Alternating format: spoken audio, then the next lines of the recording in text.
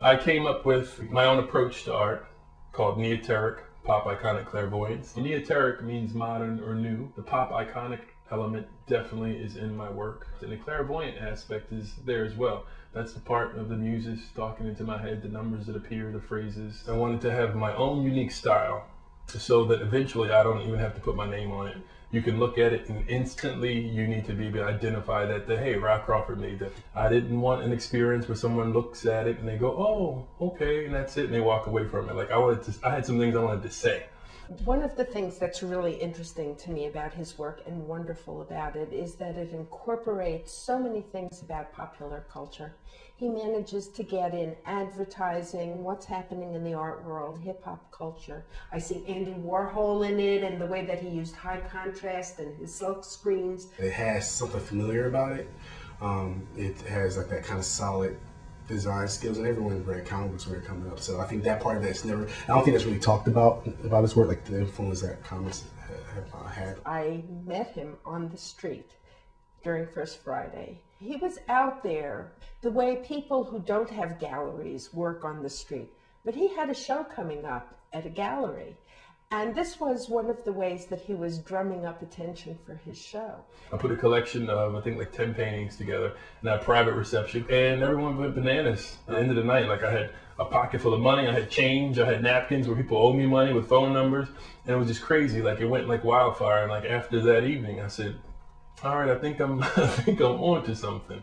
He called me, he's like, yo man, I'm gonna paint on stage with the Roots on New Year's. Which was like, just telling me that, I thought that was it was huge at the time. I said, you just started painting again, and now from here to there, within like, of course, in a few months, I thought that was pretty dope.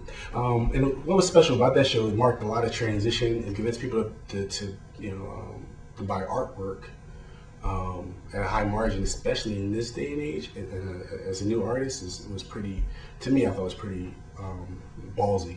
He's a risk taker. One of the really exciting risks that he took, I thought, was when he sort of did something like the Roman Colosseum, where he said, I'm going to destroy 4 of my paintings if they don't sell. And he was so vulnerable that he put his work out there and risked destroying it when he still loved it. Was a very daring thing to do. I spoke to this one woman, and she was very upset with me. I had one painting, she looked and she thought the piece dealt with like child molestation and like all these things, and I didn't know where she got that from. And I explained the whole process to her, how in-pick art works. She took the meaning and she got a new layer and understanding of the work, and she was like, oh, and she calmed down. I would like to be known for introducing a new approach to art, even if possible to destroy or smash the old image of we have as artists. He's not a guy who's ever going to rest on his laurels. You know what I just figured out today too? I did like the 2 new paintings today. I'll keep telling you what I'm going to show you. After I did these 2 paintings, they kind of changed up. Not, it didn't change things, but it added a new dimension to what I'm doing. There's even 2 categories now. There's in pop and there's in pick. Okay. But you'd have to see the 2 paintings to see what I'm talking about now. How's in pop gonna fit in? In pop is what you've been seeing. Oh, interesting. And I just painted in pick. I'll have to make a trip across the board. Yeah, you gotta see it.